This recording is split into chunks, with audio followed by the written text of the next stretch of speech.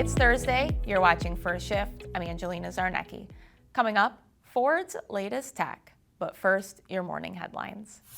A key maker of semiconductors for the automotive industry has suspended operations at 3 plants in Japan. That after a 7.4 magnitude earthquake hit the country's northeast on Wednesday. Renesas Electronics says all 3 plants that are down are near the quake zone.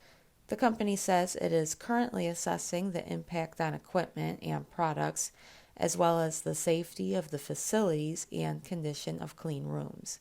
Honda and Nissan said their plants were operating normally today. Toyota suspended morning shift operations at 2 assembly plants near the quake zone to conduct safety inspections. Staying with Toyota, the automaker is reversing its rapid catch-up policy.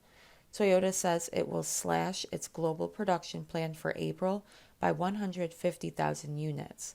The automaker says it is making the change to achieve a more reasonable pace of output.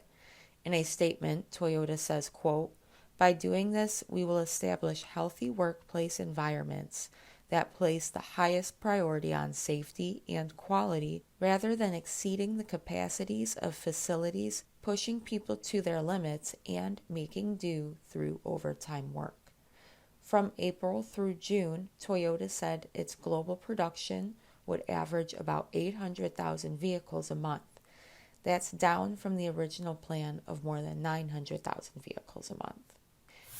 A closely watched auto industry forecaster lopped more than 5 million vehicles off its projections for global production this year and next.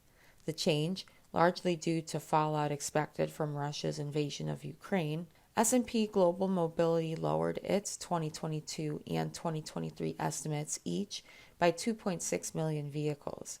The forecaster, formerly known as IHS Markit, now expects auto companies to make 81.6 million vehicles worldwide this year and 88.5 million next year. And to an update on the burned-out cargo ship that sank, carrying about 4,000 Volkswagen Group vehicles. The CEOs of VW's premium brands say all the vehicles will be replaced. That includes 15 out-of-production Lamborghini Aventador models. The Felicity Ace caught fire on February 16th in the Atlantic Ocean.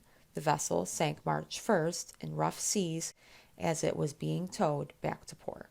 Ford is now using a mobile robot to operate 3D printers autonomously.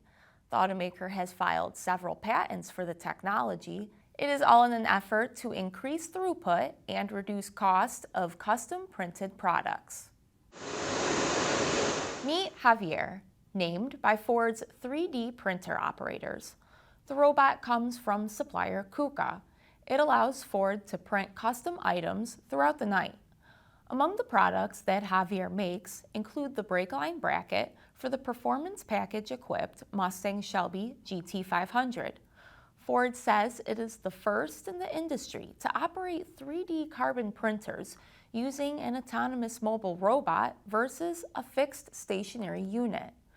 According to the automaker, the method significantly reduces margins of error and gives Ford the ability to simplify equipment. The carbon printer communicates to the autonomous robot when a printed product is complete and ready for pickup. Although the overall process is autonomous, Ford operators are responsible for uploading 3D designs and maintenance. Don't forget you can follow us on Twitter at @first_shift. Have a wonderful day.